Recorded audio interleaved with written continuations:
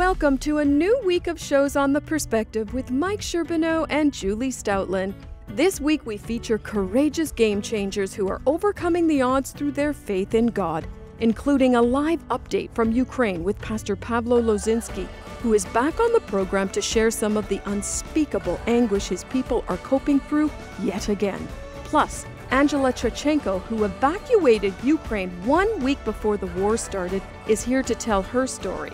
Chinwe Eseme gets back to the heart of what unites us, not divides us, in her latest book, Brilliance Beyond Borders. Plus, Rachel Joy Baribeau is an author and former ESPN broadcaster who's changing the narrative, promoting what she calls good love for ourselves and others. And husband and wife teams simultaneously releasing their new books. Sheila Ray Gregoire and Keith Gregoire write about marriage, family, and sex. Plus, J.T. Chester's new book gives a different perspective on bad days, here in North America anyway, and he should know his story will inspire you. And we continue here on The Perspective to pray for the innocent people of Ukraine and Russia and those facing the inexplicable atrocities of war around the world. Hey, we're glad you're with us today on The Perspective. And Julie, I'm almost embarrassed. I know. Like, did you send me an email? We're both wearing the same kind of jackets. I know, right? Yeah. It's like we're a happy couple, but that's not really true because... Anyways, I'm going to ask you a question because we're talking about, not just about marriage, we're talking about sex today. I know. And so I didn't know whether to be cringing at this one or just say, let's just talk about it. We got an amazing couple, a team that have written prolifically on the subject. They're going to help us out. Thank goodness. Yes. And, but just household chores. Like this morning when I got up, it was pretty early and I found this jacket, but the shirt, I had to iron it. I just want you to know I can iron. That's great. That's a really useful. Do you iron or does Tor do the ironing for you? You know, I don't iron unless I absolutely have to. Because years ago, I also left a nice iron mark on the back of Tor's dress shirt so that his white and burgundy stripes became a nice pink. And his boss told him to put his jacket back But your marriage survived. Your marriage survived. Yes. How long have you guys been married? Wow. Gee, you're supposed to know right away. Almost 35 years, 34 and a half. Okay, that's pretty good. How about you guys? I got you beat by 7 years. Oh, boy. Yeah, just getting warmed up. So anyways, I'm ready to learn about sex after all this time. So, hey, we're glad you're with us today on The Perspective. Stay with us. You're not going to want to miss this one. Maybe I will, but you're not going to want to miss it.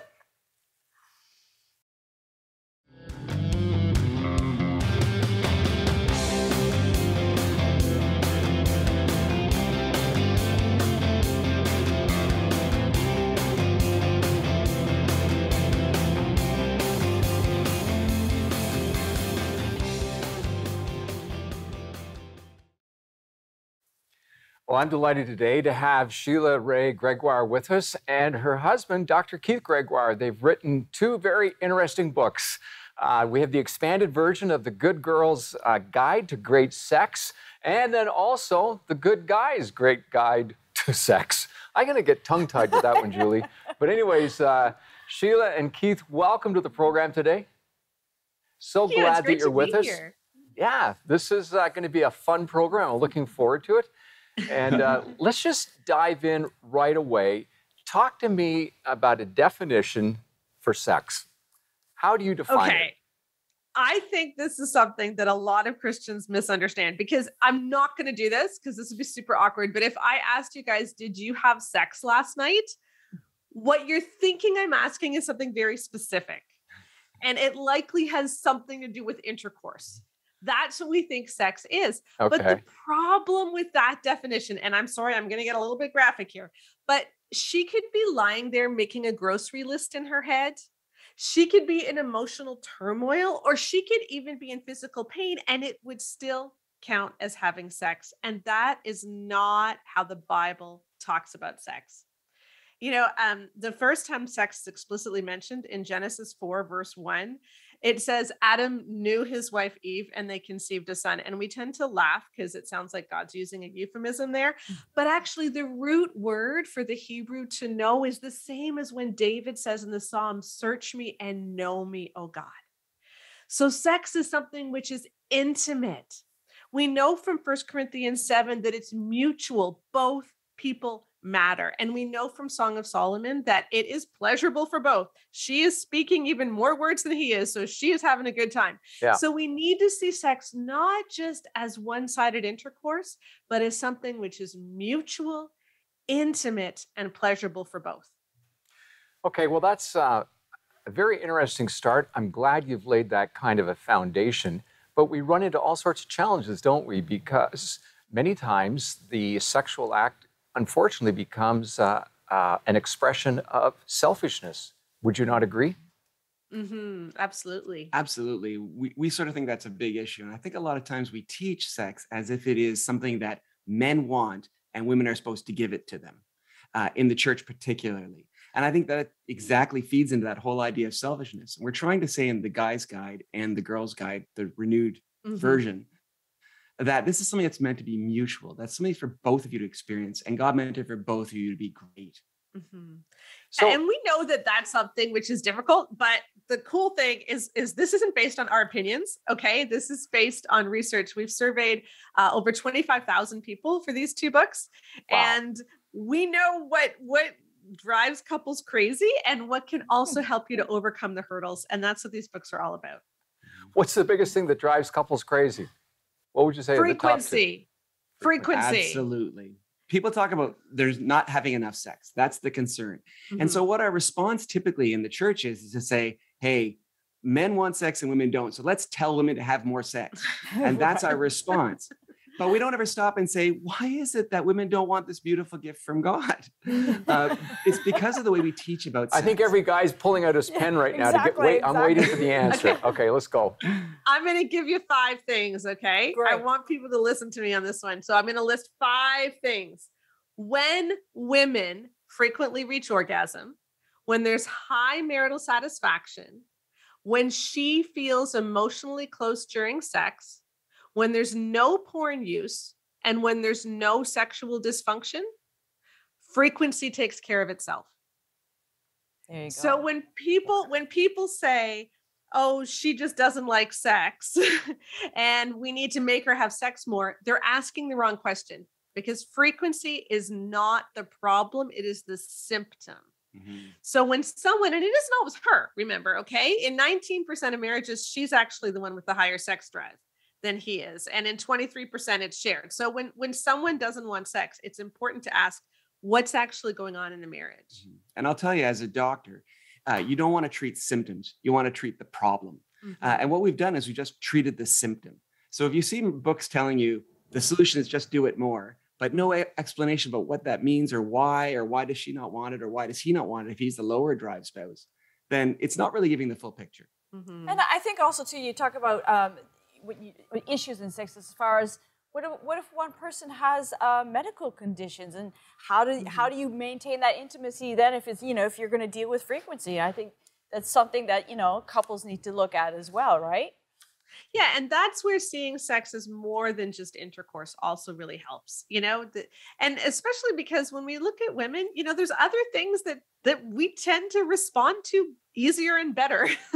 So when we can see it as the whole package, then maybe, if some things aren't working right now, you can still have that intimacy and that closeness. And so one of the key things, things I say in the book is that sex in the Christian marriage is meant to be everything that the two of you do together sexually with the aim of mutual satisfaction, bonding, and closeness. It's not just about the physical act of intercourse. And so then when there is dysfunction, when there's other things, it doesn't mean that you don't have sex as a couple anymore. It means you experience it differently. You make it work for you as a couple. Exactly. I think that's great. Okay, so my question is, and we're going to take another interview in just a few minutes, but before we go to the break, where's the starting point? Couple is, the marriage is dysfunctional. What do you say to them? How do you begin to draw close together? How do you warm up the bedroom?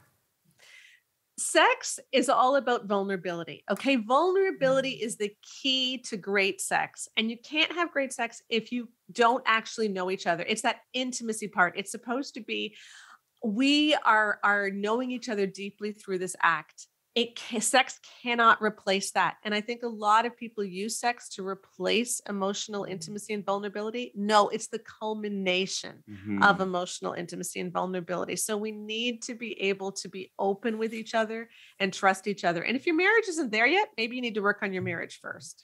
And working on your emotional vulnerability just makes the physical part of things so much better too, because it's the key to great sex.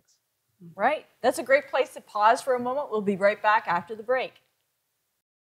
Some people, healing takes years of persistent prayer before a miracle happens. And in Luke 18, Jesus said there's nothing wrong with persisting in prayer in the parable of the persistent widow. And Jesus taught his disciples never give up praying. So that means God never gets tired of hearing your prayers, because when you pray, you're demonstrating faith, and God loves that. So, do you need a healing miracle? Then I want you to pray this simple prayer with me today. Now remember, you only require mustard seed faith to move a mountain. And in Isaiah 53, it says, because of the wounds Jesus experienced on the cross, we can be healed. So pray this simple prayer. Jesus, because of what you did for me on the cross, I receive my healing now. It's that simple. All right, so jumping right back in, I want to ask, you talk about the myths that we believe about porn and encourage couples to get real about recovery. How have we been doing recovery wrong? What myths are holding us back? One of the big things is we think all we have to do is just try harder. Mm-hmm. Okay. So if I'm watching porn, all I need to do is just try harder to stop watching porn. And that doesn't work, because whenever we do that, we can actually compound shame. What does work is understanding the root for why this has become such a stronghold in your life. Porn allows guys, especially, although women can watch porn as well, but it's predominantly men. Porn allows men to feel strong without having to be strong, as Michael John Cusick says. It lets you feel desired without having to do the things that would make a woman desire you. And so it fills a lot of emotional voids, but it doesn't fill them in healthy ways. And so acknowledging what are the emotional things that I need instead really helps. The other huge myth, and this is my pet peeve, is women are not methadone. Okay? Every Man's Battle, that book series has sold 4 million copies. It literally calls women the methadone for their husband's sex addictions. Okay, so let's jump in there, because I would agree with turkey, you. You should be the versatile vial of methadone for him. Yeah.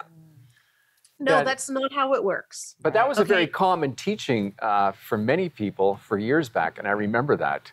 And that whole dialogue.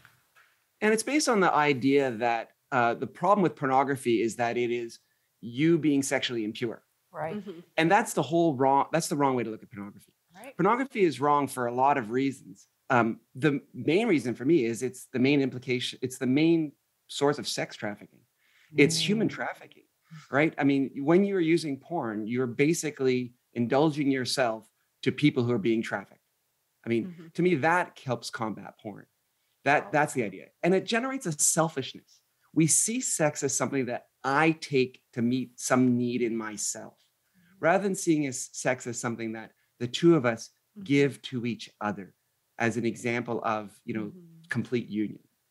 As you guys are talking on this, so you're sharing your thoughts, and I appreciate your reference to Scripture as you're teaching this, but it seems to me that we're talking about a whole reshaping of the way that we think. I think the Bible talks about renewing our mind. How do you counsel couples about renewing their mind, and do you agree with me? Yeah, absolutely. In fact, that's really what our original survey of 20,000 women was about, because what we were looking at was, are there certain evangelical teachings which have made sex worse for women? Not biblical teachings, not Christian teachings, just teachings that are in our culture. I'm not saying they come from God, but things that we have perverted. And this idea, for instance, that a woman should have sex to keep her husband from watching porn, that's very prevalent. When women believe that, libidos go way down. Trust in your husband goes way down. Arousal levels go down. It has universally bad implications for women. But the hugest one that we found that was so negative was what we call the obligation sex message, that a woman is obligated to give her husband sex when he wants it. This is taught widely in our best-selling books. And when women believe that, their chance of experiencing primary sexual pain or vaginismus, which is a sexual dysfunction disorder where the muscles in the vaginal wall become tight and make penetration really difficult, if not impossible, their chance of experiencing that increases to almost the same statistical effect as if they had been abused. Wow. Because obligation sex and abuse say to a woman, you don't matter. Exactly. He has the right to use you however he wants. And our bodies literally interpret that as trauma. And that is the reason we think, one of the primary reasons that evangelical women suffer from vaginismus at twice the rate of the general population. 22.6%. Very, very good point that you've made there. That's really helpful. So just take it one step further, because as a pastor, I've been doing pastoral counseling for way too many years. And we come back to this. How do you talk to a couple? It's one thing to talk to the woman, but how do you talk to the couple about addressing the trauma? Yeah, so you need to back up, and you need to, again, redefine sex. Understand this has to be something which is mutual, intimate, and pleasurable for both. When it becomes an obligation, everything goes wrong. Because if it's supposed to be this deep knowing, then it needs to be two people coming to the bedroom together. If one person's needs don't matter, it's no longer a knowing, it's an erasing of her. And we have interpreted 1 Corinthians 7 so wrong, because, we use that verse, do not deprive each other, to tell women you need to give him sex if he wants it. Mm-hmm. But if you're having one-sided intercourse where she's not having any fun and she feels emotionally distant, she is already being deprived. Mm-hmm. And that verse doesn't even apply. Plus, we have a 47-point orgasm gap in the Christian that's what I was church. going to say. Have you heard that we have an orgasm gap? Do you know what we're talking about? Tell us about it. Yeah. Like, I'm all ears now. So men report 95% of the time, men report they orgasm always or almost or always during sex. That number for women is 47%. So there's a gap of 48. I'm getting them. Yeah, you got it. I got to say 48. There's 48% of women report that. That's a failing grade. It's a failing grade for sure. Yeah. Yeah. It's exactly. Now here's the interesting thing. When we asked men, do you do enough foreplay? We found that of the women who were orgasming regularly, over 90% of men said they were doing enough foreplay, and so did their wives. But the interesting thing was, when we asked in the couples where the woman was not orgasming frequently, do you do enough foreplay? 71% of the men said, yes, they do enough foreplay. So my question is, enough for what? You're saying there's a bit of a disconnect. So they weren't in tune. They weren't in tune, in other words. But the really stunning thing is that 52% of women said the same thing. He does enough. And it's because we have basically taught sex is for men and women are just an add-on. And they're just the vessel for men to get what they need. We totally need to reshape our minds. We need to think are totally different with this. God gave this to both husband and wife, not just the husband.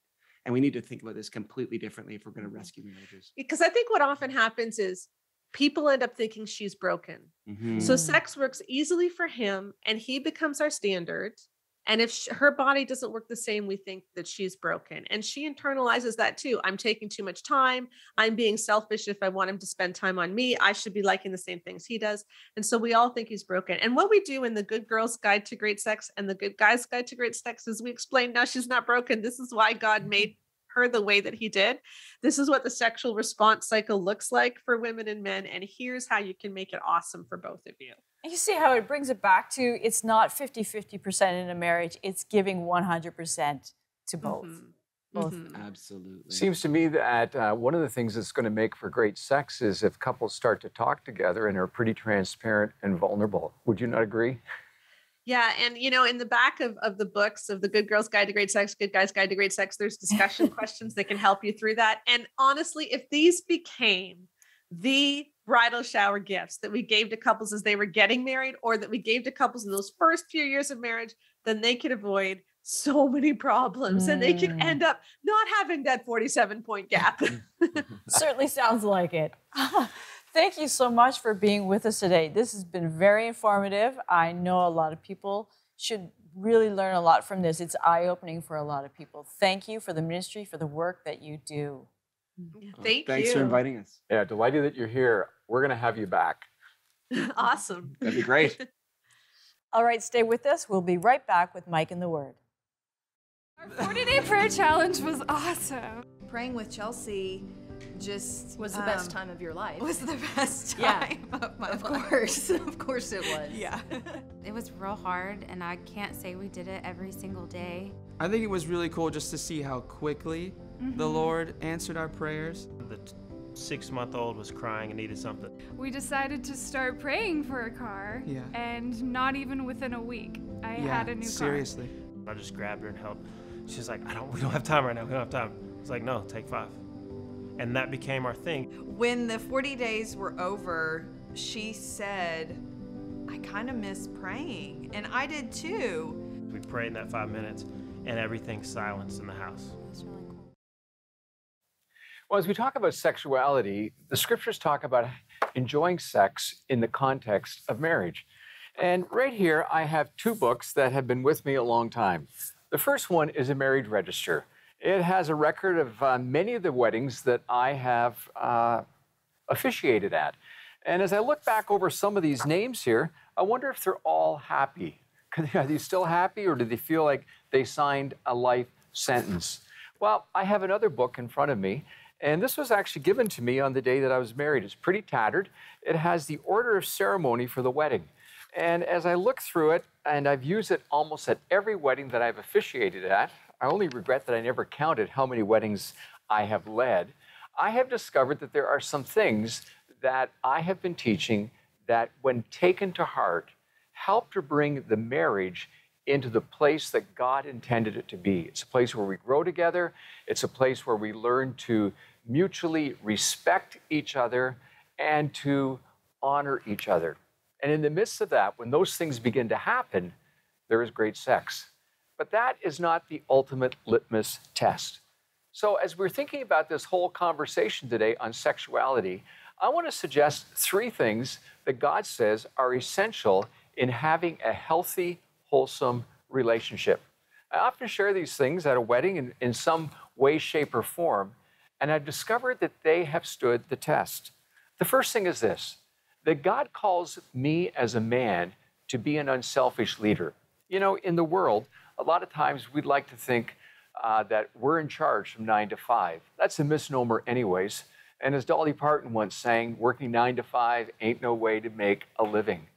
But here's what I've discovered about leadership.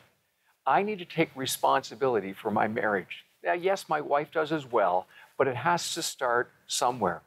And as a leader, what God is calling me to be, first of all, is a servant. And then secondly, he's calling me to be sensitive. I have never had a woman come into my office in all the years I've been doing family counseling and say to me, my husband is serving me too much. It just has never happened. But you know what? Maybe it will one day. I'd love if my wife was to say that, but that's where I'm working at, modeling myself after the example that Jesus gave me. The other thing that I find here is in the book of Ephesians, it says a husband is to love and cherish his wife. And it's the idea of being sensitive, of helping her to become the person God intended her to be. So for that to happen, it means I have to put her interests ahead of mine, which is totally against the cultural norm that we live in today. The other thing that God calls me to be is an understanding listener. He also calls my wife to be an understanding listener. And sometimes we think, as long as I say it, then they must be listening. One of the most successful people who ever lived was the man Nehemiah. And the reason he was so successful is that he heard the heart of people. And God used that to nudge him to take a step of faith, to go back and to rebuild the walls of Jerusalem. And if you ever doubt the reality of that, take the next plane to Tel Aviv, and you can see Nehemiah's walls that he built. It was a miracle. How one person could do that is almost impossible to comprehend. But it happened because he listened. He listened to the heart of his brothers and sisters. When you and I listen to the heart of our spouse, life will change. The temperature is going to warm up in your relationship. Almost at every wedding, I read the beautiful scripture that's found in 1 Corinthians chapter 13 and verses 4 to 7. it talks about what love is. Let me wrap up by unpacking it in my own way, because this describes unconditional love. And God calls you and I not only to be an understanding listener, but to be unconditional lovers. It's that agape love that Christ has shown to us when he laid down his life on the cross. It's agape love, which is the love that doesn't expect in return. So Paul wrote about this. He said, love is patient.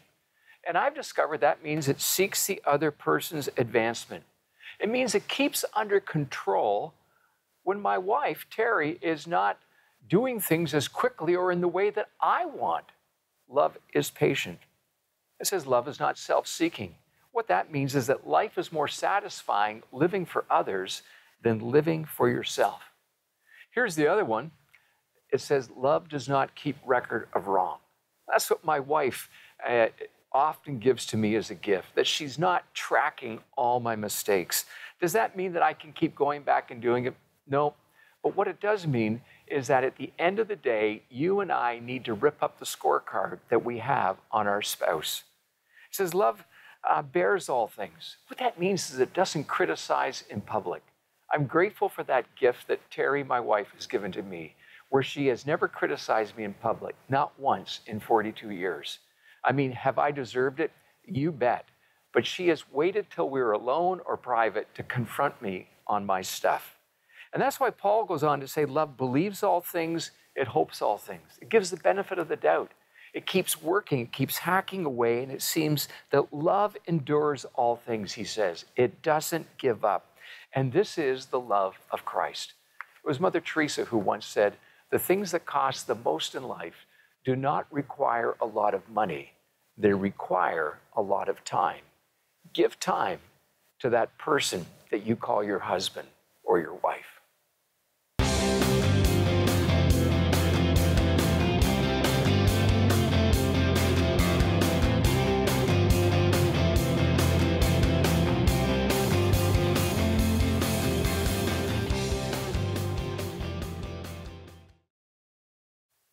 You know, Mike, when I think about the fact that marriage is all about what you give, it's not what you take.